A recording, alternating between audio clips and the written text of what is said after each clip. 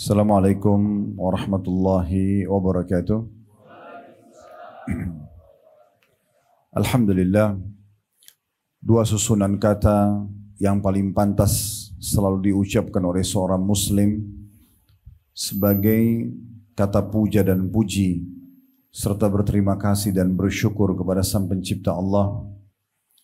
Allah telah mudahkan dengan dua susunan kata ini dengan janjinya la in syakartum la azidannakum, kalau kalian bersyukur pasti aku akan tambah, wala in kafartum inna adzabi lasyadid, dan kalau kalian kufur siksaku sangat pedih.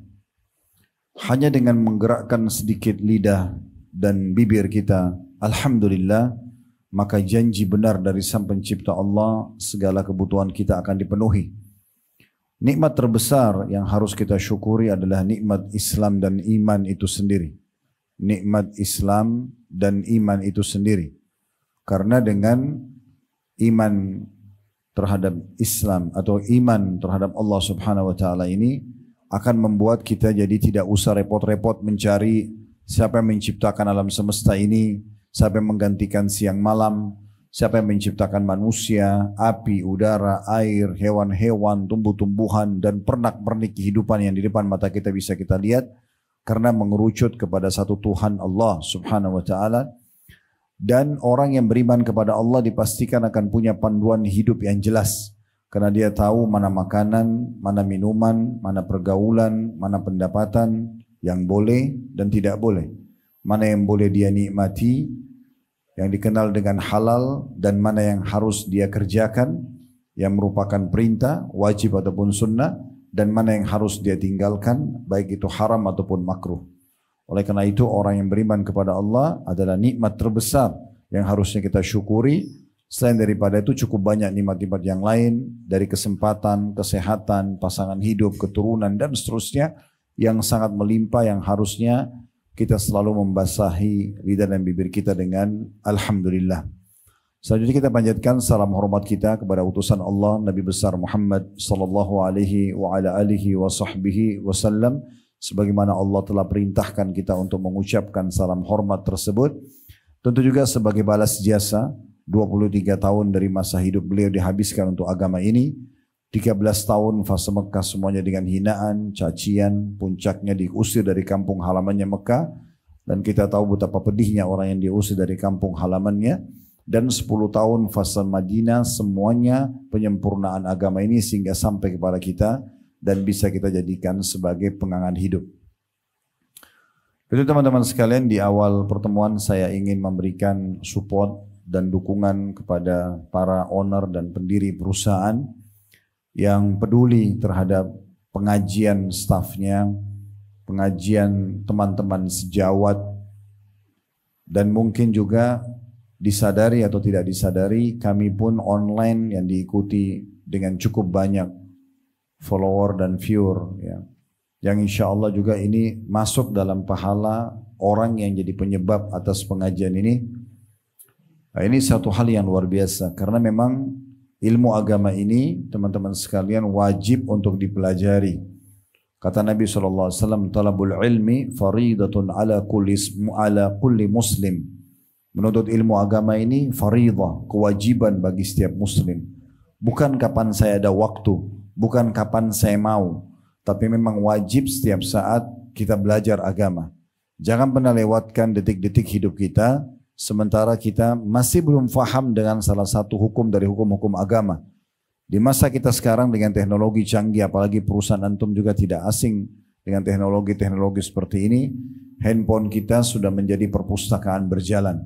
Kita bisa belajar apa saja yang kita ingin tahu dalam detik dan menit yang sedang kita ingin tahu, segera kita bisa dapatkan dengan searching Google misalnya, ya, ataupun kita ingin yang visual, audio, kita bisa lihat media-media cukup banyak, YouTube, Instagram, Facebook, TikTok dan yang lainnya. Maka ini adalah satu hal yang luar biasa, di mana zaman dulu Imam Bukhari rahimahullah kalau ingin belajar sebuah hadis, saudaraku seiman, beliau kadang-kadang menunggangi keledai 1 bulan perjalanan menuju ke ujung wilayah Rusia atau Persia, di masa itu namanya Persia, hanya untuk mendengarkan sebuah hadis lalu beliau kembali lagi. Itu juga dengan ulama-ulama dulu karena tidak ada teknologi kayak kita sekarang.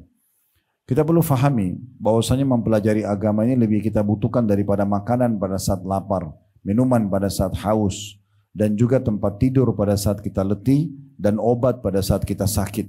Karena ilmu agama akan memandu kita mana makanan, mana minuman, mana pergaulan, mana tempat tidur, mana obat yang boleh dan tidak boleh, dikenal dengan halal dan haram.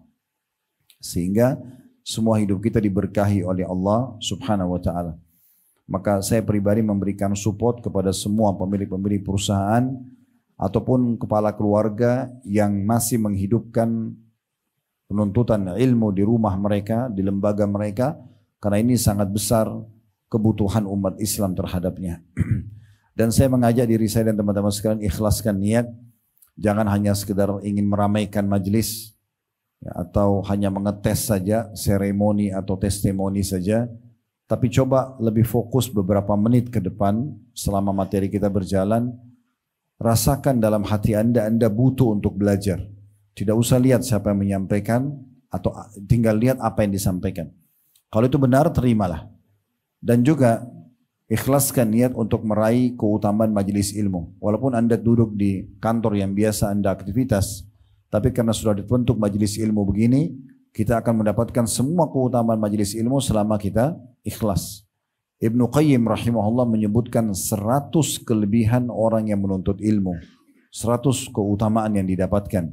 Tapi tentu tidak bisa kita sebutkan semua. Cuma banyak yang mewakili, di antaranya hadis Nabi SAW, Allah memiliki golongan malaikat yang khusus berterbangan di muka bumi ini mencari majlis-majlis ilmu.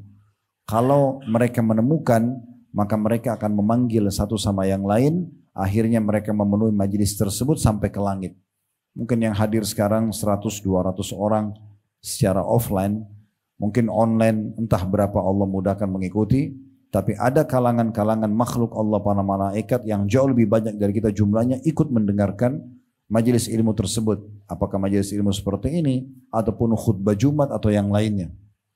Seperti misalnya disebutkan tentang Jumat saja, kata Nabi SAW, kalau Allah mengutus malaikat di setiap pintu masjid mencatat siapa yang pertama datang di Jumat itu. Dan terus saja mereka mencatat sampai khatib mulainya di atas mimbar kemudian berkhutbah, maka di saat itu mereka tutup buku-buku mereka dan mereka ikut mendengarkan ilmu tersebut. Dan kata Nabi SAW, Allah menebahkan sayapnya melindungi para penuntut ilmu karena ridho terhadap apa yang mereka lakukan. Belum lagi hadis yang lain kata Nabi SAW, siapa yang tulus, ikhlas, duduk hadir ingin belajar ilmu, dia karena Allah saja ingin mengetahui apa yang ingin dia sampaikan atau apa yang disampaikan oleh pemateri, kemudian dia terapkan dalam hidupnya, maka diberikan pahala haji lengkap. Hanya duduk sejam, sejam setengah, beberapa menit saja mendengarkan sebuah hadis, sebuah ayat, sebuah kisah, sudah cukup untuk mendapatkan pahala haji. Yang kita tahu haji itu butuh energi, buku ekstra harta, ekstra waktu dan seterusnya, karena biayanya mahal, tempatnya jauh, waktu yang dibutuhkan juga cukup panjang. Maka ini keutamaan yang jangan luput dari kita, dan sekian banyak keutamaan tentunya sudah panjang lebar kami jelaskan di media kami, di Khalid Basrama Official, di YouTube ada di playlistnya tentang keutamaan ilmu itu sendiri. Baik teman-teman sekalian, kesempatan ini sesuai dengan permintaan judul, kita akan bahas tentang masalah syukur. Syukur ini bahasa Indonesianya terima kasih sebenarnya. Berterima kasih. Cuma memang syukur ini lebih banyak digunakan ya kepada Allah Subhanahu wa taala. Tadi saya sempat bacakan surah Ibrahim, surah nomor 14 ayat 7. Allah Subhanahu wa taala berfirman, la in syakartum la azidannakum wa la in kafartum inna adzabi lasyadid. Kalau kalian bersyukur, pasti aku akan tambah. Kalau kalian kufur, azabku sangat pedih. Kita coba dengarkan apa penjelasan ulama tentang syukur ini. Karena Allah menjanjikan dan kekal dalam kitabnya Al-Quran, dari awal diturunkan 1400 tahun yang lalu sampai nanti menjelang hari kiamat, tetap sama, kalau kalian bersyukur, aku akan tambah. Lalu apa syukur ini? Sehingga akhirnya membuat kita bisa selalu mendapatkan nikmat yang ada, minimal bertahan atau bahkan dilebihkan. Apakah kesehatan, apakah rezeki, ya, harta, apakah pasangan hidup, keturunan, makanan, minuman, kesehatan dan seterusnya. Dikatakan oleh Al-Jauhari dalam kitab beliau namanya As-Sihah fil Lugha. Beliau mengatakan syukur itu dalam etimologi atau bahasa adalah as-sana'u 'alal muhsin bima aulakahu minal ma'ruf. Syukur adalah pujian bagi orang yang memberikan kebaikan atas kebaikan tersebut. Dan Ibnu Qayyim rahimahullah menjelaskan syukur lebih jauh. Mungkin kita bisa bahasakan ini secara istilah atau terminologinya. Beliau mengatakan zuhuru atharu ni'matillahi ala lisani abdi. Syukur adalah menunjukkan adanya nikmat Allah pada diri seorang hamba dengan pujian, thana, wa'tiraf dan pengakuan melalui lisan, wa ala qalbihi syuhudan wa mahabbah, dan di dalam hatinya ada persaksian dan kecintaan dalam hati, wa ala jawarihi inqiyadun wa ta'ah, dan terhadap anggota tubuh ada kepatuhan dan ketaatan. Dinukil dari kitab Madarikus Salikin. Berarti syukur itu betul-betul kita yakini dulu ini adalah nikmat dari Allah. Kemudian kita yakin Allah lah yang telah menciptakan kita, yang menciptakan nikmat itu, dan juga yang bisa menambah dan mempertahankan, maka akhirnya kita bersyukur kepadanya. Syukur ini teman-teman sekalian, saya berharap kita fahami baik-baik. Jangan selalu kita anggap bersyukur kalau yang kita dapat hanya duit saja. Karena banyak orang merasa nikmat itu hanya duit. Kapan dia punya pekerjaan, dia punya uang, dia kaya raya, maka berarti dia bersyukur. Dia di situ saat itu wajib bersyukur. Padahal sebenarnya syukur bukan seperti itu. Syukur jauh lebih luas atas semua nikmat Allah Subhanahu wa taala. Kita masih bisa memfungsikan anggota tubuh dengan menghirup nafas, mengeluarkan nafas sehingga bisa ada sirkulasi oksigen dalam diri kita, tubuh kita sehingga kita bisa hidup. Mata kita masih bisa menangkap cahaya sehingga kita bisa bedain ini terang, ataupun kalau tidak ada cahaya gelap. Telinga kita bisa berfungsi membedakan intonasi keras sama lembut seketika. Kemudian lisan kita, lidah masih bisa membedakan asam, manis, ya. Kemudian pedas seketika. Hidung kita masih bisa membedakan mana wangi, mana busuk seketika. Tangan kita, anggota tubuh masih peka. Kita masih bisa menyentuh benda dan kita tahu ini lembut atau kasar, ini panas atau dingin. Bahkan ada banyak hal-hal yang mungkin di mata manusia yang belum belajar itu bukan nikmat, bahkan siksaan bagi mereka. Seperti contohnya lapar. Kita sekarang Ramadan ini dilatih oleh Allah Subhanahu wa taala untuk bisa merasakan apa yang dirasakan oleh orang-orang yang susah hidupnya. Mereka kelaparan, tidak punya makanan, harus berharap pemberian orang. Mungkin di mata sebagian orang lapar itu adalah siksaan. Begitu juga dengan haus, begitu juga dengan capek misalnya. Tetapi fahami baik-baik teman-teman sekalian, justru yang kita anggap ujian bagi orang lain itu adalah perangkat-perangkat terbaik untuk menikmati nikmat yang sedang Allah berikan. Coba bayangkan teman-teman kalau seandainya kita sudah kenyang. Sebentar buka puasa, sunnah Nabi SAW, kata Nabi SAW, makan sebaik-baik makanan pada saat buka dan sahur bagi seorang muslim adalah kurma. Ambil beberapa butir kurma, minum air, sholat maghrib dulu. Habis itu pulang baru Anda makan main course-nya, makanan beratnya. Anggap Anda sudah makan makanan beratnya dan kenyang. Misal sudah makan satu piring, mungkin ada yang tambah setengah piring lagi misalnya, atau 2 piring maksimal dia makan, dia udah kenyang. Sekarang saya tanya teman-teman sekalian, andai saja kita sudah kenyang, lalu ditawarkan lagi ayam bakar, kambing bakar, sate, makanan terenak di dunia. Kira-kira antum masih mau makan? Hah? Kenapa nggak ada yang jawab? Hah? Nggak mau bahas makanan lagi puasa? Kita sudah kenyang, ditawarin makan lagi mau nggak? Oke, sekarang kalau kita dahaga lalu kita minum, sudah selesai, nggak ada sama sekali haus misalnya. Jangan dibayangkan kita lagi puasa, kita lagi habis minum air 1 liter misalnya, air dingin, sudah minum teh, lagi nggak haus. Ditawarin minum misalnya. Lalu kita pada saat itu bingung, mau minum apa ya? Kadang-kadang kalau kita lagi tidak haus ditanya, kita lagi berkunjung ke rumah orang ditanya, mau minum apa? Karena kita tidak haus kan kita jadi punya pilihan ya. Oh, panas atau dingin misalnya. Sama juga dengan orang capek. Kalau ditanya, ada nggak orang yang mau capek? Pasti orang jawabannya tidak. Tapi fahami baik-baik teman-teman sekalian, supaya faham makna luasnya syukur itu. Kalau sebenarnya lapar itu bukan ujian, tapi justru perangkat terbaik untuk menikmati nikmat Allah dari makanan. Kalau kita tadi kenyang tadi, udah nggak mau makan lagi. Tapi coba kalau kita lapar, cuma nasi, sambal sama tempe, enak sekali makannya. Berarti lapar itu bukan siksaan, bukan ujian, tapi sebuah perangkat yang bisa membuat kita menikmati nikmat.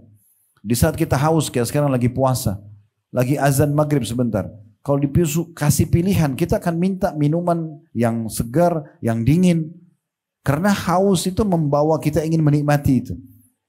Betul juga misalnya dari pagi kita bekerja sampai, maaf kita contoh lain. Sebelum saya masuk contoh kerja, orang dari pagi tidur sampai malam. Misal dia muslim, dia bangun sholat, dia tidur lagi. Ya saya tahu ada beberapa orang Ramadan begini, dia puasa cuma hitungan menit saja. Karena habis subuh tidur sampai duhur. Di situ sholat tidur lagi sampai asar. Bangun sholat tidur lagi sampai menjelang maghrib. Cuma berapa menit puasa. Habis itu azan maghrib buka puasa. Malam dia begadang. Ini kan terbalik gitu. Tapi contoh misalnya ada orang yang sudah tidur dari pagi sampai malam. Malam disuruh tidur lagi. Mau tidur gak dia? Enggak.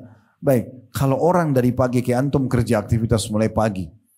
Sampai menjelang habis masa kerja misalnya itu jam kerja 8 jam. Kita letih, lalu pulang. Malam kita istirahat. Enak gak istirahatnya? Berarti letih itu bukan siksaan. Letih itu sebuah perangkat justru untuk menikmati tidur itu. Di saat kita capek sekali, tergeletak mungkin di atas lantai seperti ini saja sudah nikmatnya luar biasa. Ya kan gitu. Kalau kita lagi tidak ngantuk, biar tidur di hotel bintang 5, misal, kita gak bisa tidur. Berarti nikmat Allah itu terlalu luas. Jangan pernah kurung nikmat Allah di uang saja. Berapa banyak orang yang uangnya sedikit, tapi karena Allah panjangkan umurnya, Allah berikan kesehatan, Allah berikan kegembiraan, hidupnya bahagia. Berapa banyak orang yang melimpah hartanya, tapi karena Allah uji dengan segala macam penyakit, gangguan-gangguan yang ada, maka dia terganggu. Saya pernah duduk dengan seorang pangeran di Saudi. Di saat makan, dihidangkan makan buat semua tamu makan makanan yang enak sekali.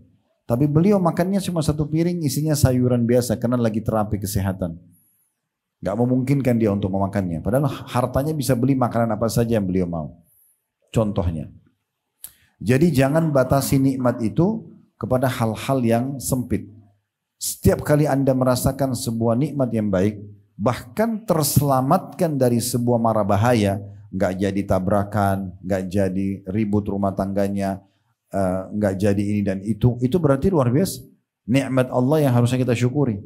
Kita bisa mengeksekusi sebuah program, walaupun cuma program misalnya, satu program sederhana, berhasil pakai sepatu, berhasil buka pintu, berhasil pakai baju, sebuah nikmat yang harusnya kita syukuri. Apalagi kalau kita bisa menyelesaikan akad kita di kantor misalnya dengan menyelesaikan pekerjaan pada hari itu. Maka itu luar biasa nikmat yang harusnya kita syukuri. Jadi terlalu luas makna nikmat yang harus kita syukuri.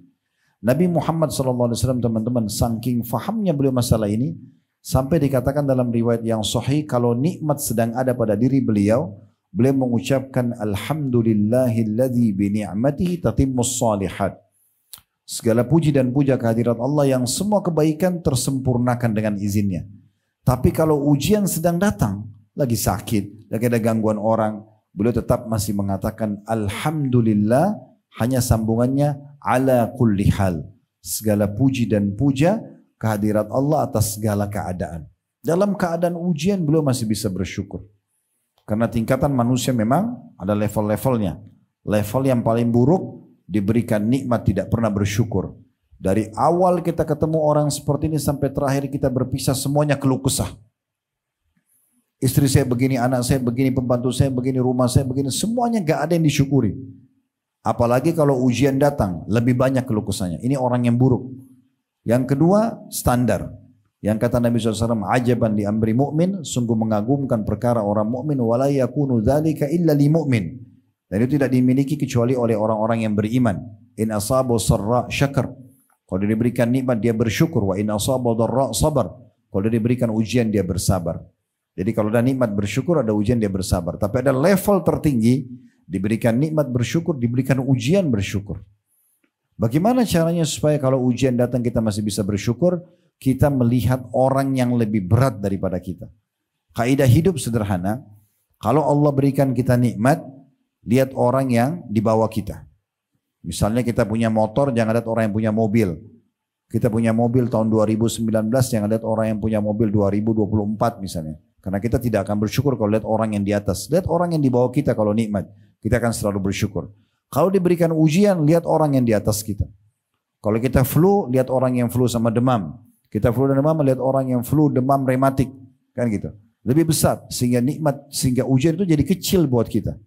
Dan belum lagi kata Nabi SAW, Allah terus menguji seorang muslim di dirinya, di keluarganya, di hartanya, sampai dia dan keluarganya bertemu dengan Allah tidak tertinggal satu dosa pun.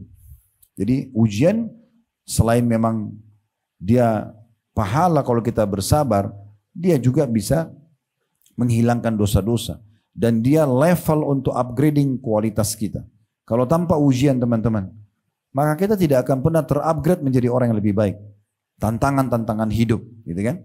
Kalau semuanya baik-baik mulus-mulus saja tidak ada tantangan, seperti kalau film tidak ada penjahatnya, nggak ada yang nonton. Kan itu. Jadi memang ada ujian-ujian itu datang. Saya bukan motivasi nonton film ya, tapi cuma memberikan contoh gambaran saja. Allah Subhanahu wa taala sendiri memang selain memerintahkan hamba-hambanya bersyukur, Allah juga menjadikan sifatnya Allah adalah asy-syakur, yang maha bersyukur atau menilai kebaikan. Sebagaimana Allah sebutkan dalam surah Asy-Syura, surah nomor 42 ayat 23, innallaha ghafurun syakur.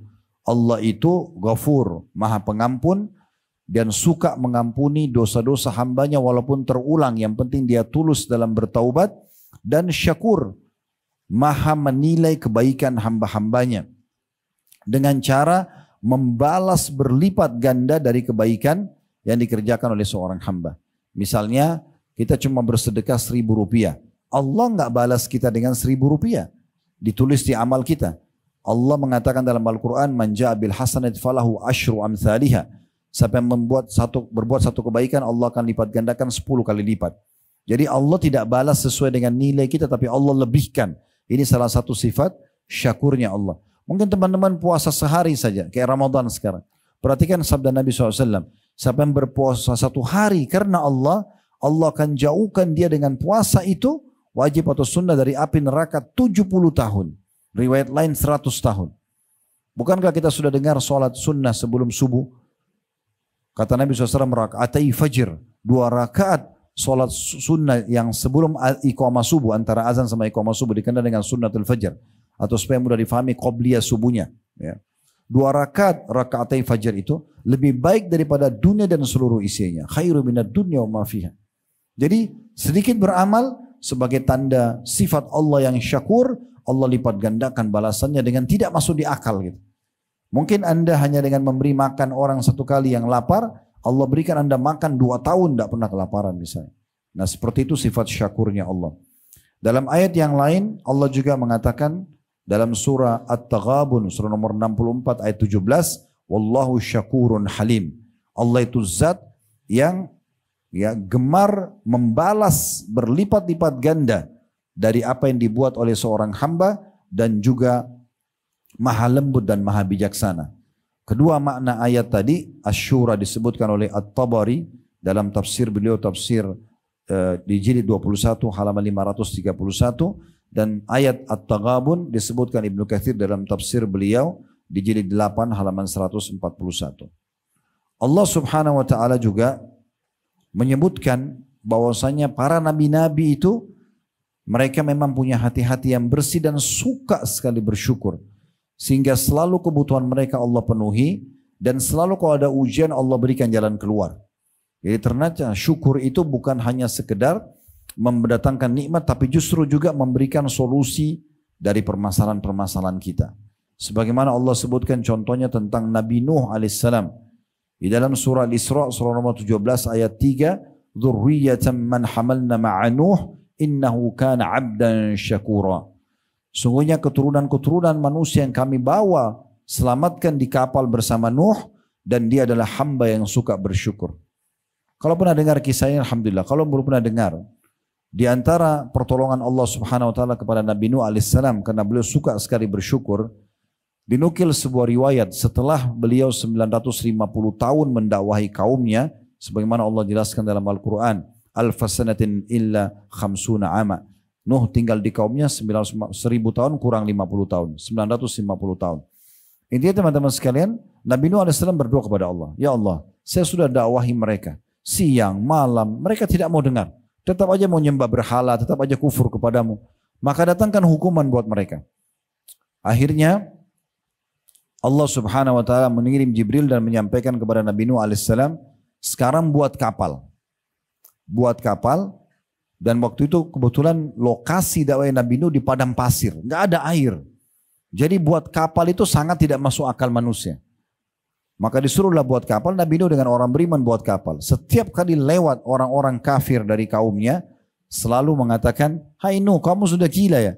Ngapain buat kapal di tengah padang pasir? Untuk apa diolok-olok?" Nabi Nuh alaihissalam tetap saja mengerjakan sesuai dengan perintah Allah. Sampai kapal itu sudah mau selesai, teman-teman, atau sudah selesai kurang lebih, maka tidak cukup di situ, kaumnya menyakiti Nabi Nuh alaihissalam dengan cara mereka sepakat untuk buang air besar dan buang air kecil di kapal Nabi Nuh.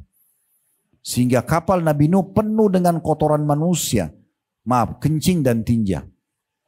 Setelah penuh semuanya itu, rupanya Allah Subhanahu wa taala datangkan ujian kepada orang-orang kafir ini. Mereka kena penyakit kulit dan mereka tidak temukan obatnya. Mereka coba berobat sana sini, nggak bisa. Sampai ada satu orang di antara mereka yang kebetulan badannya penuh dengan penyakit kulit itu, dia buang air di kapalnya Nabi Nuh. Maaf, ini kisahnya begitu, dia kepleset jatuh di kotoran manusia yang ada di situ, kotoran orang-orang kafir. Begitu dia keluar, sembuh penyakit kulitnya. Maka dia pun pulang kepada kaumnya heran. Karena orang ini adalah orang yang paling rusak kulitnya, kok bisa sembuh? Mereka tanya, "Kamu bagaimana bisa sembuh?" Dia ceritakan, "Tadi saya kepleset di kapal yang ada kotoran kita. Waktu saya kena kotoran kita sembuh." Maka semua orang-orang kafir datang ke kapal Nabi Nuh membersihkan kotoran mereka sendiri. Sampai kepada cuilan kotoran terakhir mereka ambil, Allah mudahkan sehingga bersih untuk membersihkan penyakit mereka. Setelah kapal itu kembali bersih, sudah nggak ada lagi kotoran-kotoran, sudah nggak ada lagi baunya, barulah Allah SWT suruh Nabi Nuh dan orang beriman naik, lalu Allah datangkan banjir besar. Allah datangkan pertolongan bagi orang yang suka bersyukur dengan caranya. Dengan caranya. Dinukil sebuah kisah, seorang saleh dulu di wilayah Irak, kisah salafus saleh, kisah klasik. Zaman itu belum ada lampu penerangan kayak kita sekarang, sehingga orang mengandalkan bekerja di waktu pagi sampai maghrib. Nah biasa pasar-pasar pun semua sudah tutup di waktu malam, maghrib kayak kita gitu. Karena gak ada penerangan. Orang ini kebetulan kerja harian, gaji harian. Setiap dia kerja ada pendapatan, dia beli makanan bawa pulang buat istri anak. Dia nggak punya simpanan sama sekali, keadaannya miskin. Tapi dia selalu bersyukur dengan keluarganya. Satu waktu dia pulang ke rumahnya, kemudian dia nggak dapat kerjaan hari itu, nggak ada income-nya. Istrinya tanya, "Sudah malam nih, ada makanan hari ini buat kami?" "Nggak ada. Saya sudah keliling-keliling nggak dapat kerjaan hari ini." "Lalu bagaimana? Saya sama anak-anak belum makan." "Baik, saya istirahat sebentar," kata suaminya. "Coba nanti sebentar saya keluar, baru saya cari. Mudah-mudahan Allah berikan kepada kita. Kita terus saja bersyukur." Setelah selesai dia istirahat sebentar, dia keluar. Dia pun tidak tahu harus kemana. Mau ngetuk rumah orang, orang sudah pada tidur malam. Dia cuma terfikir, terilhamkan di benaknya untuk datang ke masjid. Ada masjid di sekitar rumah dia. Dia pergi ke sana, zaman dulu tidak ada penerangan, jadi orang pakai obor. Dia nyalain satu obor sama dia, kemudian dia sholat 2 rakaat setelah wudu.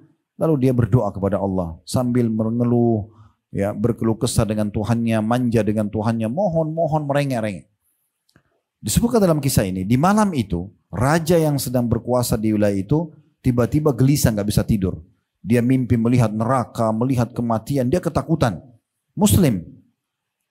Maka dia pun terbangun, lalu dia bilang, ya Allah, aku yakin ini peringatan dari engkau. Maka sebagai bentuk taubatku dari dosa-dosa, dan aku khawatir jangan sampai aku termasuk orang yang kau hukum, maka aku akan sedekah sebagai tanda syukur kepadamu atas uang-uang, atas engkau selamatkan, masih kasih aku umur, dan aku diberikan mimpi supaya aku sadar. Maka dia mengambil beberapa kantong uangnya, itu berisikan dinar emas. Cukup besar. Kemudian dia bilang, ya Allah, malam ini pandulah aku menuju kepada hambamu yang aku bisa bantu. Karena malam begini siapa juga yang mau diberikan, orang sudah pada tidur semua. Maka dia naik kudanya, kemudian dia biarkan jalan kuda itu. Ternyata kuda ini dengan hikmah Allah mampir ke masjid yang ada tadi orang miskin itu. Kemudian dia turun, dia heran kenapa kuda ini berhenti di masjid itu. Kemudian dia turun, dia masuk ke dalam, dia temukan orang tadi lagi berdoa kepada Allah. Dan dia dengar keluh kesahnya. Seharian belum makan, dia butuh makanan, ya Allah tolonglah, dan seterusnya. Maka yang terjadi teman-teman sekalian, pada saat itu si raja ini setelah orang miskin itu selesai berdoa, dia mengatakan, saya sudah mendengarkan doamu. Dan saya raja yang berkuasa di wilayah ini. Karena masa dulu tidak ada kamera, orang tidak tahu foto rajanya. Muka rajanya seperti apa.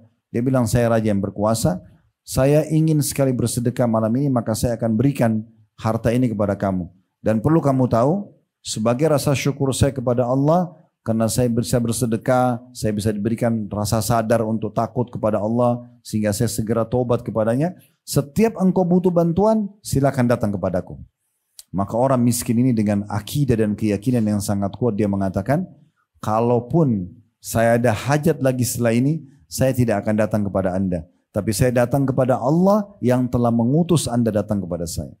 Syukur bisa mendatangkan raja kepada orang miskin ini, membawa bantuan itu kepadanya. Dan banyak sekali fenomena-fenomena seperti ini yang terjadi. Tinggal bagaimana kita menjadi hamba yang bisa bersyukur. Nabi Ibrahim juga disebutkan oleh Allah Subhanahu wa taala adalah orang yang suka sekali bersyukur. Disebutkan dalam surah An-Nahl, surah nomor 16 ayat 120 sampai 121. Inna Ibrahim kana ummatan qanitan lillahi hanifan wa lam yakun minal musyrikin syakiran li an'umih ishtabahu wa hadahu ila siratim mustaqim.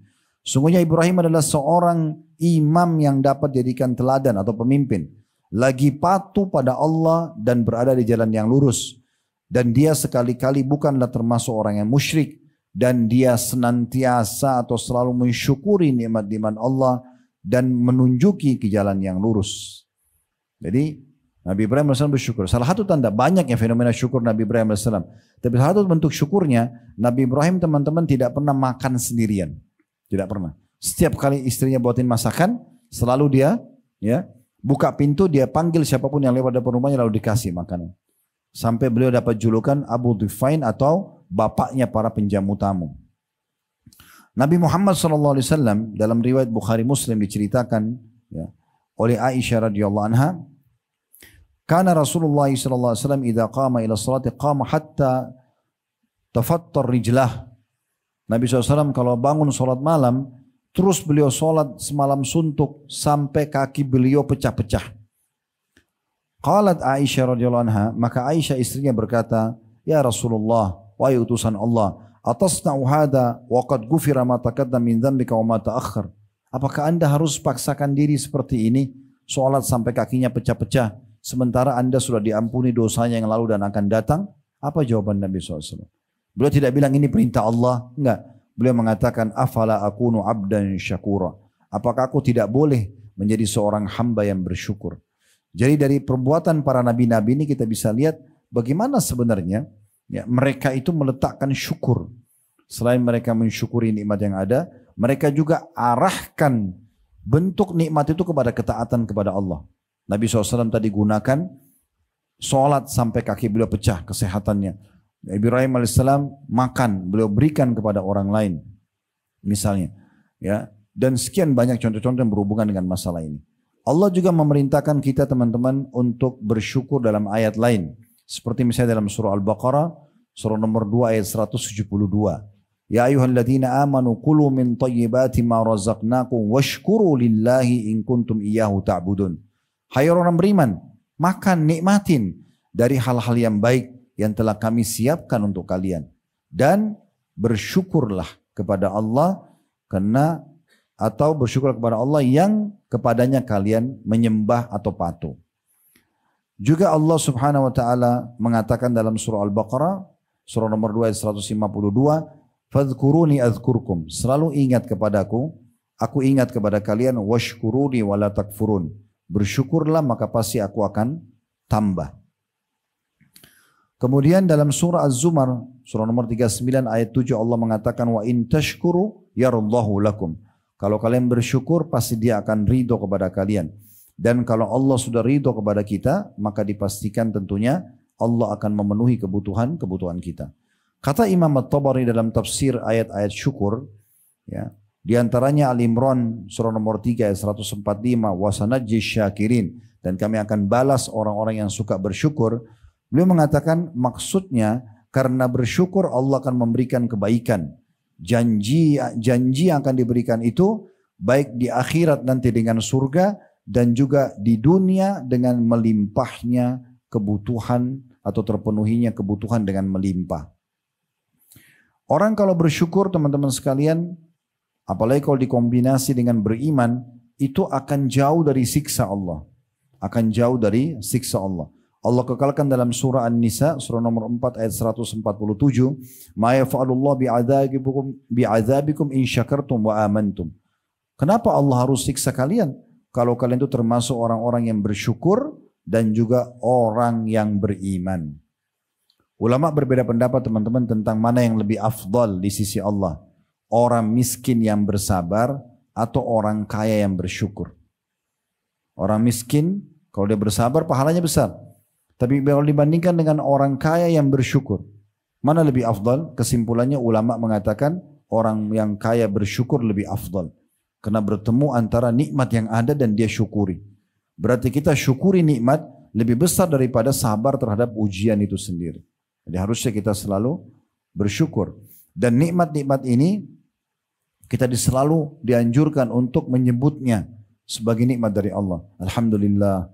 Bapak sehat ya? Ibu sehat? Alhamdulillah. Allah kasih saya kesehatan.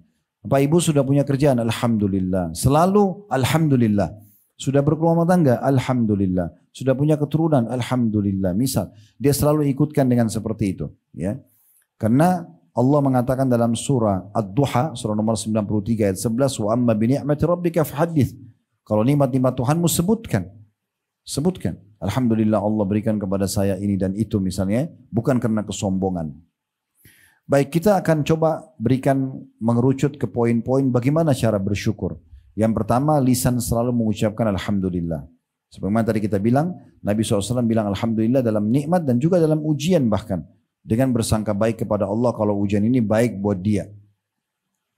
Kemudian yang kedua, menggunakan nikmat pada ketaatan. Nah ini penting sekali. Kesehatan dipakai untuk sholat, untuk puasa, untuk bekerja cari rezeki halal. Bukan untuk maksiat. Karena sangat tidak pantas kalau kita diberikan sebuah fasilitas lalu kemudian kita pakai untuk melanggar. Kayak antum kerja di perusahaan begini, dikasih fasilitas gaji, apalah fasilitas kantor mungkin ada di sini misalnya. Lalu justru kita melanggar peraturan perusahaan. Kan tidak berimbang. Harusnya balance. Diberikan fasilitas, dibalas dengan kualitas kan gitu. Harusnya kita balas dengan yang baik. Nah seperti itulah kalau nikmat Allah sedang diberikan kepada kita. Jangan digunakan kemaksiatan. Jangan teman-teman sekalian justru dipakai untuk maksiat kepada Allah. Untuk berzina, untuk mabuk, untuk apalah, membunuh, apa segala macam ini tidak boleh. Ya. Harusnya kita gunakan di atas ketaatan kepada Allah Subhanahu wa taala sebagai bentuk syukur kita kepada Allah. Kemudian juga dianjurkan agar kita sujud syukur. Sujud syukur. Nah, sujud syukur ini teman-teman yang ketiga tidak harus berwudu. Tapi disebutkan dalam sebuah riwayat Abi Bakrah radhiyallahu anhu, kana Rasulullah sallallahu alaihi wasallam idza jaa amrun busyira bihi kharra sajidan syakiran lillah. Dalam hadis riwayat Abu Dawud dengan sanad hasan. Bahwasanya Nabi SAW kalau dapat berita gembira aja di kuping beliau, maka beliau langsung sujud kepada Allah sebagai tanda syukur. Nah ini sujud tinggal cari arah kiblat sujud syukur. Walaupun tidak dalam kondisi tidak berwudu. Karena ini beda, bukan sujud solat ya. Maka kita harus fahami kalau kita juga disunnahkan untuk sujud syukur ya. Dan Ada satu zikir pagi petang, saya sarankan untuk tidak luput dari kita. Di pagi baca ya. Allahumma ma asbaha bi min ni'matin au bi ahadin min khalqika faminka wahdaka la syarika lak falillahil hamdu ya. Walakas syukur. Kata Nabi SAW, siapa yang membaca ini di pagi hari, ya Allah, atas nikmat yang engkau berikan pada hari ini dan engkau berikan kepada salah seorang dari makhlukmu, maka sungguh nikmat itu pasti darimu dan tidak ada sekutu bersamamu, maka segala pujian dan syukur atau terima kasih untukmu. Kata Nabi SAW, siapa yang baca sekali saja ini, faqad adda syukra yaumihi, maka dia seperti sudah menunaikan tugas syukurnya di pagi itu kalau dia baca pagi hari. Wa man qala hina yumsi faqad adda syukra lailatihi, dan siapa yang menyebutkan zikir ini, doa ini sekali saja sore hari, maka secara otomatis dia seperti sudah menunaikan syukur sampai besok pagi lagi. Dan ini salah satu doa syukur yang sangat baik untuk kita baca. Yang keempat teman-teman, tanamkan rasa qanaah atau puas. Merasa puas dengan pemberian Allah. Bagaimana caranya? Tadi saya bilang kaidahnya, lihat orang yang lebih rendah dari kita dari sisi nikmat. Lihat orang yang lebih rendah. Teman-teman dapat gaji UMR misalnya berapa? 4 juta, 4,8 atau berapa misalnya. Jangan lihat orang yang sudah jadi manajer di perusahaan kita lebih besar, 7-8 juta misalnya gajinya. Lihat orang yang belum punya pekerjaan, orang yang pengangguran, orang yang lebih rendah gajinya. Supaya kita bersyukur, muncul sifat qanaah, merasa cukup. Ya. Kata Nabi SAW dalam hadis riwayat Ibnu Majah dengan hadis dengan sanad sahih, kun wari'an takun a'badan nas wa kun qani'an takun ashkaran nas. Jadilah engkau hamba yang selalu menjaga hubungan baik sama Allah, maka engkau akan menjadi hamba yang paling berbakti. Dan jadilah hamba yang paling suka puas terhadap pemberian Allah, maka engkau akan menjadi hamba yang paling bersyukur. Dan dengan itu berarti otomatis akan ditambah nikmat. Karena kaidahnya tadi kalau kita ya bersyukur akan ditambah. Yang kelima yang kita harus lakukan adalah berbagi dengan orang lain. Berikut juga membalas kebaikan orang yang telah berbuat baik yang setimpal. Teman-teman sekalian, ada satu poin penting dalam Islam yang harus kita fahami. Sedekah itu berbagi dengan orang lain dari apa yang Allah berikan kepada kita. Apakah sedekah harta, sedekah ilmu yang kita ajarkan kepada orang, nasihat, saran, ide, ya. Semua itu adalah hal yang sangat baik ya untuk kita lakukan. Dan kita berbagi dengan orang lain. Ada misalnya perusahaan kita maju, lalu ada yang tanya, bagaimana kiat suksesnya? Ceritakan, biarkan orang maju juga. Ini dalam Islam diajarkan begitu. Kita beda dengan pemahaman kapitalis yang biasa menganggap orang kalau berbagi berarti dia akan kehilangan dong resep makanan, resep suksesnya, rahasianya dia, gitu kan? Atau kalau dia keluarin duit 1 juta, dia keluarin 100 ribu. Berarti secara hitung-hitungan menurut kapitalis 100 ribu kurang 1 juta kurang 100 ribu jadi sisa 900 ribu. 100 ribunya dianggap kerugian bagi mereka. Islam tidak seperti itu. Yang kita keluarkan 100 ribu itu dalam Islam justru itu investasi yang sebenarnya. Kita keluarkan bukan hilang. Jangan dianggap pengeluaran. Tapi dia sebuah investasi yang besar. Yang kalau kita keluarkan Allah menganggap itu pinjaman. Allah berfirman, "Man dalladzi yuqridullaha qardan hasanan fayudha'ifahu lahu adhafan katsira." Siapakah yang mau meminjamkan untuk Allah, lalu Allah lipat gandakan dengan lipat-lipat ganda yang sangat banyak. 100 ribu itu tidak akan kembali, tidak akan dicatat di buku amal kita 100 ribu, tapi lipat ganda menjadi 10 kali lipat, bahkan kelipatan yang banyak, dan Allah bisa ganti berlipat-lipat ganda dari apa nilai yang sudah kita keluarkan. Itu kaidahnya. Jadi jangan pernah berpikir teman-teman, dan jangan tanamkan sifat kapitalis dalam diri kita. Karena mereka selalu mengatakan menabung pangkal kaya, Islam mengatakan sedekah pangkal kaya. Tidak akan ketemuin. Menabung selalu pelit, tidak mau keluarin. Tapi kalau kita berbagi sedekah pangkal kaya, kaidah Islam ini akan selalu mengeluarkan. Dia tidak bisa ketemu, satu nahan, satu keluarkan. Coba pakai resep ini. Berbagi dengan orang lain. Maka pastikan itu salah satu bentuk syukur yang akan mendatangkan nikmat melimpah kepada kita. Makanya Termasuk juga dalam hal ini teman-teman sekalian, selain kita berbagi sama orang lain, tadi saya bilang kita harusnya juga membalas kebaikan orang lain dengan yang setimpal. Apa saja. Orang memberikan apa kepada kita, makanan misalnya dikirim tetangga, kita balas dengan makanan. Kita diberikan pakaian, kita kasih pakaian. Kita diberikan apa saja jasa, kita balas juga yang setimpal, gitu kan. Dan ini semua adalah perintah Nabi SAW. Di mana beliau bersabda dalam hadis riwayat Abu Daud dengan sanad sahih, Man sana'a ilaikum ma'rufa fakafi'uh. Siapa yang telah berbuat baik pada kalian maka balaslah dengan yang setimpal. Fa in lam tajidu ma tukafi'uhu fad'u lahu hatta tarau annakum qad kafa'tumuh. Kalau kalian tidak mampu menyamakan atau memberikan balasan, maka minimalnya doakan kebaikan sampai kalian merasa sudah membalas kebaikan dia. Di dalam riwayat yang lain, riwayat Tirmidzi dengan sanad hasan, man sunya ilaihi ma'rufa, siapa yang telah terbuat baik orang lain, berbuat baik orang lain kepadanya, faqala li fa'ilihi, dia mengatakan kepada orang yang sudah berbuat kebaikan itu, jazakallahu khairan, semoga Allah balas anda dengan kebaikan, qad ablaga fis thana, dia telah mengucapkan terima kasih yang sangat besar. Jadi usahakan selalu ngucapin sama teman-teman yang bantu apa saja, walaupun hal kecil, pulpen kita yang diambilkan, sendal mungkin apa saja hal kecil, kita selalu mengatakan jazakallahu khairan kalau laki-laki dan jazakillahu khairan kalau perempuan. Cuma saya lihat beberapa teman-teman kita yang sudah ngaji ini mereka sering menghilangkan khairannya. Mereka cuma bilang jazakallah, jazakallah. Jazakallah artinya semoga Allah balas. Apa? Khairan. Khairan itu maksudnya kebaikan. Jadi kita harus ikuti dengan khairan. Dan tidak usah tambah dengan kathiran misalnya. Cukup. Jazakallahu khairan. Dan siapa yang telah bersyukur dan berterima kasih pada manusia, dianggap dia telah berterima kasih kepada Allah.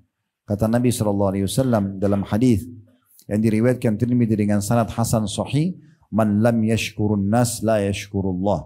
Siapa yang belum berterima kasih pada manusia, maka berarti belum berterima kasih kepada Allah. Lihat orang-orang terdekat kita. Teman-teman di sini yang datang dari luar kota perantauan, kalau masih punya orang tua di kampung sana, terima kasih sama mereka. Bukan setahun sekali pada saat mudik, bukan di saat ada kesempatan, setiap hari. Kalau perlu sebelum aktivitas, telepon mereka. Ibu, ayah, assalamualaikum warahmatullahi wabarakatuh, apa kabar? Ada yang bisa saya bantu enggak? Ada yang perlu saya kirimin dari Jakarta enggak? Ada yang ini enggak dibutuhin? Atau apa misalnya, dibutuhin misalnya. Kalau mereka bilang tidak, baik tolong doakan saya ya. 1 menit atau setengah menit saja. Minta keriduan mereka, minta doa mereka. Maka itu bentuk syukur kepada manusia. Orang yang terbaik adalah orang tua kita. Ya. Disebutkan dalam sebuah kisah di Saudi teman-teman, ada orang sudah divonis di pengadilan, dia akan dipenjara kalau tidak salah 10 tahun. Tapi dia nggak salah orang ini. Dia nggak salah. Memang ada orang yang membuat sertifikat tanah palsu segala macam, itu merekayasa data, itu menang di pengadilan dan dia yang justru disalahkan, dianggap dia yang memalsukan di balik fakta. Sekitar 1 jam lagi akan ada keputusan hakim. Dia masih di pengadilan. Di saat itu dia masih boleh keluar gitu, ya. Maka dia sempat menelpon seorang syekh, seorang ulama di sana, ceritakan fenomena lalu dia mengatakan, "Apa saran Anda?" Ini sudah jelas secara realita saya akan dipenjara, padahal saya tidak salah. Pertanyaan syekhnya, "Apa kau masih punya orang tua yang hidup?" Dia bilang ada. Tapi tinggal ibu saya, ayah saya sudah meninggal. Kata syekhnya, "Ibumu tinggal sekota sama kamu?" Dia bilang iya. Baik, mau dengar saran saya? Mau. Sekarang kamu keluar dari pengadilan, cari restoran terbaik yang bisa kamu dapat, beli makanan terbaiknya, pergi makan siang bersama ibumu. Kata orang ini, "Syekh, saya sebentar lagi divonis penjara 10 tahun, bagaimana saya bisa mau beli makanan buat ibu saya lagi?" Kata syekhnya, "Kalau kau mau dengar saran saya silahkan." Akhirnya diikuti sama dia. Dia keluar, dia beli makanan terbaik, dia pergi ke rumah ibunya. Dia gak cerita apa-apa. Tapi subhanallah ibunya kaget karena tidak biasa datang siang hari makan siang sama ibunya. Dia bilang, "Ibu, ini saya belikan makanan terbaik, saya mau makan sama ibu." Kata dia, semenjak dia duduk, ibunya terus mendoakan. "Semoga Allah mudahkan urusanmu nak, semoga Allah begini dan begitu." Ibunya terus doakan. Subhanallah, beberapa menit setelah dia duduk sama ibunya, ditelepon oleh pengadilan dan ada pengacaranya di sana. Kalau ternyata orang yang menipu yang sedang menuntut dia itu ternyata terbukti palsu semua surat-suratnya dan dituntut oleh pihak lain. dan terbukti surat dia yang benar, maka dia bebas. Dia telepon syekhnya, Syekh, Assalamualaikum warahmatullahi wabarakatuh. Alhamdulillah Syekh, berita gembira, saya nggak jadi divonis. Kata syekhnya, kira-kira menurut kau apa sebabnya? Dia bilang, doa ibu saya. Doa ibu saya. Teman-teman sekalian, berdoa buat orang, minta terima kasih sama mereka, ucapin terima kasih. Ada teman saya di Madinah, selalu cum laude teman-teman sekalian. Saya sampai penasaran, tidak pernah namanya keluar dari 10 orang yang juara pertama. Dan di kampus kami dulu dikasih 1.000 real. Saya memang orangnya cerdas. Tapi saya tanya dia, apa rahasianya? Kenapa kamu bisa begini? Itu kalau malam ujian, saya lihat sendiri. Di masjid kampus kami, Maghrib Isya dia datang berdua sama temannya. Dia kebetulan orang asli Madinah. Sekarang beliau sudah doktor, sudah lagi nyusun mengejar mendapat profesornya. Semoga Allah mudahkan. Beliau duduk sama satu temannya dari Sudan. Kemudian ngomong, cuma belajar murajaah sedikit mengulangi materi Maghrib Isya. Besok nilainya dari 199, 98, ada yang 100. Bagus nilai. Orang semua belajar dari habis Maghrib sampai begadang, ada yang begadang untuk dapat nilai bagus besok. Dia tidak. Saya tanya apa rahasianya? Dia bilang, saya selalu setiap pagi sebelum keluar ke sekolah kampus, walaupun bukan ujian, datangi ibu sama ayah saya. Lalu saya cium tangannya, saya ucapkan terima kasih, saya tanya kalau butuh bantuan apa, hitungan detik. Habis itu mereka doakan saya pergi. Saya sangat yakin itu sebabnya. Dan sekian banyak kisah berhubungan dengan masalah ini. Terima kasih bukan cuma sama orang tua, sama siapa saja kerabat kita yang pernah punya jasa sama kita, sama siapa saja manusia yang pernah buat baik sama kita. Kata Umar radhiyallahu anhu, cara berterima kasihnya luar biasa. Kalau ada orang yang mengingatkan satu aib saya, kata Umar, satu kesalahan saya, ini salah hai Umar, luruskan. Ini salah. Maka saya akan berterima kasih pada orang tersebut seumur hidup saya.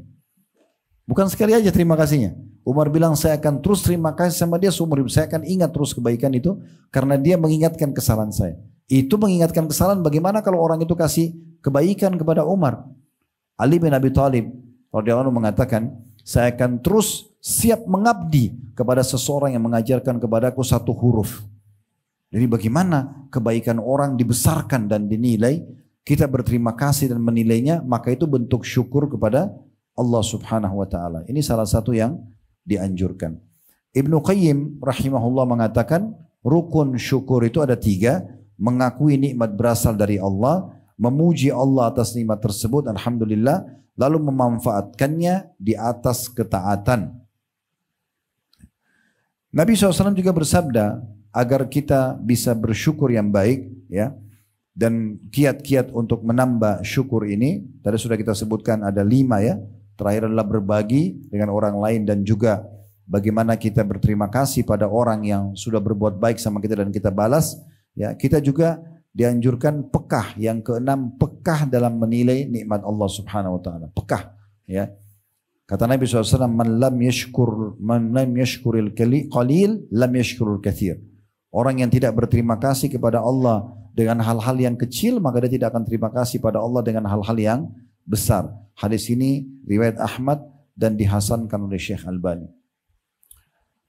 Sebagai penutup mungkin teman-teman sekalian, beberapa poin yang ingin kami atau beberapa nasihat dari kami sampaikan. Perkataan Ibnu Hazm rahimahullah tentang pentingnya seorang hamba menggunakan nikmat yang ada di atas ketaatan. Ingat, kita diciptakan di sini, saya sama Anda semua ada di sini. Tujuan utamanya Allah sebutkan dalam surah Az-Zariyat, surah nomor 51 ayat 56. Wa ma khalaqtul jinna wal insa illa liya'budun. Aku tidak ciptakan jin dan manusia kecuali untuk mengabdi dan beribadah kepadaku. Jadi kalau Anda tanya, Ustaz, apakah saya diciptakan memang untuk sholat, untuk puasa, untuk sedekah, untuk menuntut ilmu, untuk bakti orang tua, jenguk orang sakit, bantu orang miskin, jujur, amanah, tanggung jawab? Iya. Tujuan kita hidup di sini untuk itu. Makan, minum, tidur, belanja, ini pernak-perniknya. Jangan pernak-pernik di skala prioritaskan lalu lupakan tujuan utama. Nah, salah satu tujuan kita adalah diciptakan untuk beribadah kepada Allah. Dan salah satu bentuk ibadah itu adalah syukur. Kita bersyukur. Jadi ini bukan pilihan, tapi memang sebuah tujuan kita diciptakan. Dan jangan sampai teman-teman sekalian kita keluar dari tujuan itu. Karena maksiat kepada Allah bukan tujuan hidup kita. Justru itu pelanggaran terhadap tujuan hidup kita. Makanya dianjurkan oleh para ulama, Ya. Bagaimana kita gunakan nikmat di atas ketaatan, itu bentuk syukur. Kata Ibnu Hazm rahimahullah, kullu ni'matin la tuqarribu minallah, la tuqarribu minallahi azza wa jalla fahiya baliyah atau musibah. Semua nikmat yang tidak membuat seorang hamba justru makin dekat kepada Allah, maka dia adalah musibah atau ujian.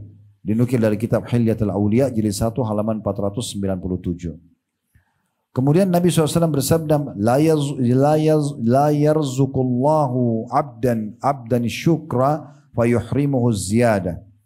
Tidak ada seorang hamba yang Allah karuniakan lisannya bersyukur, ya, kemudian Allah tidak tambahkan. Artinya pasti Allah akan tambah apa yang telah Allah berikan kepada dia. Ini disebutkan oleh Al-Baihaqi, dan sebagai penutup perkataan Hasan Basri rahimahullah, beliau berkata, sesungguhnya Allah memberi nikmat kepada siapa saja yang dia kehendaki. Jika seseorang yang dikehendaki, jika seseorang itu tidak bersyukur, maka akan berbalik menjadi siksa. Dan kalau orang itu bersyukur, maka akan bertambahlah nikmat tersebut. Dan kalau orang justru membuka atau menggunakan nikmat itu dalam kemaksiatan, maka kata Nabi SAW, wa inna rajula la yuhramur rizqa bidzambi yusibu. Hadis riwayat Ibnu Majah. Seorang hamba itu bisa terharamkan dari banyak rezeki justru karena dosa yang dia buat. Jadi jangan pernah berpikir teman-teman sekalian dengan ada gaji misalnya, lalu dipakai ke karaoke, dipakai ke diskotik, dipakai berzina. Oh nggak ada masalah, saya sudah punya kerjaan kok. Tidak. Bisa saja pekerjaan itu hilang dari kita karena dosa. Karena kita mencorengnya dengan dosa. Dan itu bukan bentuk syukur kepada Allah. Kalau kita gunakan nikmat atas kemaksiatan, harusnya makin rajin sholat, makin tutup aurat, ya makin suka bersedekah, makin bakti sama orang tua. Nah itu bentuk syukur terhadap nikmat. Semua orang yang gunakan nikmat di atas kemaksiatan, pastikan hanya hitungan waktu akan hilang dari dia. Lihat orang-orang yang korupsi misalnya. Sebagus apapun rumahnya, semewah apapun mobilnya, sebanyak apapun harta yang menumpuk, satu berita Allah buka, termalukan, disita semuanya, jadi miskin dan pengangguran. Berapa banyak orang? Berapa banyak orang yang miskin susah hidupnya, tapi selalu bersyukur, kemarin susah, tahun depannya Allah sudah berikan dia pekerjaan, 5 tahun ke depan sudah punya perusahaan sendiri, 10 tahun ke depan mungkin menjadi orang terkaya di kotanya, bukan mustahil. Jadi ini sunnatullah, sistem yang sudah Allah buat dan tidak mungkin keluar dari situ. Intinya teman-teman sekalian, banyak bersyukur kepada Allah Subhanahu wa taala, dan ingat kiat-kiatnya tadi, ucapkan alhamdulillah, jangan gunakan nikmat dalam kemaksiatan kepada Allah, sujud syukur, ya. Kemudian balas kebaikan orang dan sebut-sebut kebaikan orang yang Allah berikan melalui orang tersebut, balas dengan kebaikan, ya. Dan nilai sekecil apapun nikmat itu dan besarkan, ya, besarkan. Kalau Anda mau minum, saya sebentar pada saat buka puasa, jangan hanya sekedar haus langsung minum saja. Coba nikmati teman-teman. Subhanallah, orang yang menikmati itu orang yang lebih dekat dengan syukur dan bermakna nikmat itu. Contoh misalnya kalau dia minum, bismillah, dia minum, dia resapi, dia enak, dia rasakan tehnya kah, sirupnya kah, kopinya kah. Beda dengan orang yang minum cuma mau habisin saja. Sama dengan orang makan. Kalau Anda makan, secara medis pun dianjurkan untuk mengunyah dengan baik supaya pencernaan kita tidak terlalu berat, gitu kan? Kalau kita kunyah, kita nikmati, kita makan potongan ayam itu, potongan daging itu, tempe itu, sambal nasi itu, kita nikmatin. Beda sekali dengan orang yang makan hanya sekedar untuk menghabiskan saja. Nah, makanya kita harus menyadari teman-teman, kalau nikmat Allah besarkan dan coba nikmati. Tidur aja teman-teman. Kalau kita tidur, biar kita tidur di teras rumah kita, di teras kos-kosan kita. Kalau kita tidur dengan niat menikmatinya, beda sekali. Ya, dengan orang yang tidur hanya sekedar untuk menghilangkan ngantuknya misalnya. Maka coba nikmati, makin sekecil apapun nikmat kita coba nikmati dan akhirnya kita syukuri. Dan dengan itu pasti akan ditambah nikmat tersebut. Allahu a'lam. Mudah-mudahan apa yang kita bahas hari ini bermanfaat buat kita semua. Allah terima seluruh ibadah yang pernah kita kerjakan, yang sedang kita kerjakan, yang akan kita kerjakan sampai menjelang ajal nanti dengan pahala yang sempurna. Dan semoga Allah maafkan semua dosa-dosa kita. Allah terima seluruh ibadah yang sudah kita kerjakan. Dan juga Allah memberikan kita panjang umur di atas kesempurnaan ilmu dan juga amal soleh. Serta semoga Allah jaga persatuan, kesatuan dan kemerdekaan kita. Allah amankan negeri kita. Allah makmurkan dan juga Allah jadikan contoh bagi negara-negara yang lain. Dan semoga juga Allah tolong saudara-saudara kita di Palestina, terutama Gaza dan dimanapun mereka berada sedang tertindas. Semoga Allah ikhlaskan niat mereka, terima para syuhada mereka, Mudahkan Islam di tangan mereka dan tangan kita semua, dan semoga Allah ikut sertakan kita bersama mereka di pahala, baik dengan doa, dengan harta, juga dengan jiwa kita. Dan semoga Allah satukan kita semua di surga firdausnya tanpa hisab, mana disatukan dalam majlis ilmu yang mulia ini. Kalau ada benar dari Allah, kalau ada salah dari saya mohon dimaafkan. Subhanakallahumma bihamdika asyhadu an la ilaha illa anta astaghfiruka wa atubu ilaik. Wassalamualaikum warahmatullahi wabarakatuh.